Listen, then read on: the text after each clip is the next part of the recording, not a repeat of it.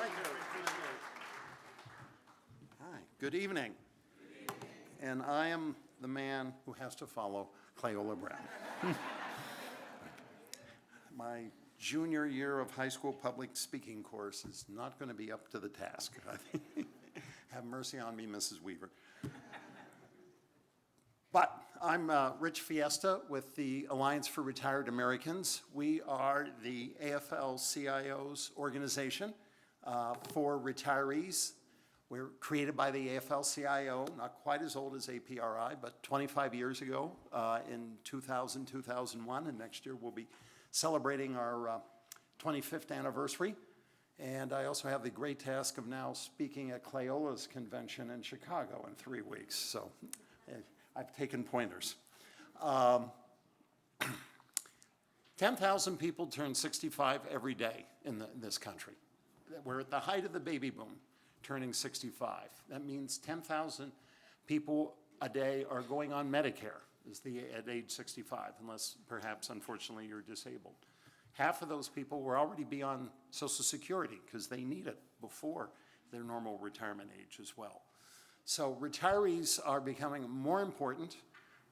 We're aging into health care that may not be adequate for nursing home care or home care as well.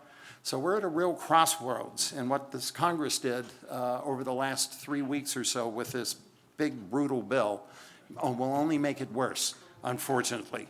So that's part of our task in front of us. The Alliance, we're 4.4 million members. Unions participate with us or anybody else who wants to join us. We have state and local chapters around the country. This nice big blue map, which unfortunately will never be an electoral map in our lifetimes, but we can still hope, is where we have state chapters. We just chartered Oklahoma this year, for example. We had to take a little time out during COVID. But we're easy to find. Retiredamericans.org is our website. State and local chapters, AFSA retirees have participated with us through the years as well. And we do what labor people do. We're issue advocates. We've had some good wins over the last few years. That's our Connecticut president, Betty Marafino. Who led a grassroots effort the last 4 years between our states around the country and then growing around the country to repeal the WEP-GPO Social Security bill, or part of the law, which people who had private sector jobs and paid into Social Security and then had a public sector job in a state that did not participate in Social Security had their private sector Social Security benefits cut, even though they paid in for it. Another gift from the Reagan administration, 1983. So it was the last bill that President Biden signed in the White House in January, and there were a lot of retirees who are getting their back benefits that they actually paid for and had been denied for nearly 40 years. So that's what progress, that's what activism can do for us.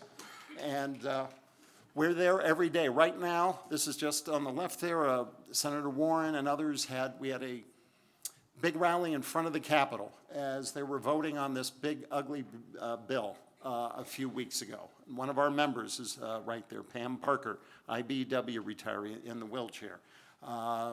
She helped wire some of the biggest buildings in Washington, for example, but her health declined.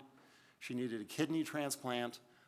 She needs Medicare, and this big ugly bill, if nothing has changed, will take $500 billion out of Medicare over the next 10 years, in addition to nearly $1 trillion in Medicaid. And seniors in particular, half of nursing home care in this country is paid for by Medicaid. That's what we're up against. That's why we mobilize retirees. Retirees are the most consistent voters in our country, and we're coming up on a midterm election where the youth vote, other votes, not as important in terms of size as the presidential, but older voters are there year after year, local, county, federal. Those are the folks Those are our friends, neighbors, and family we have to motivate.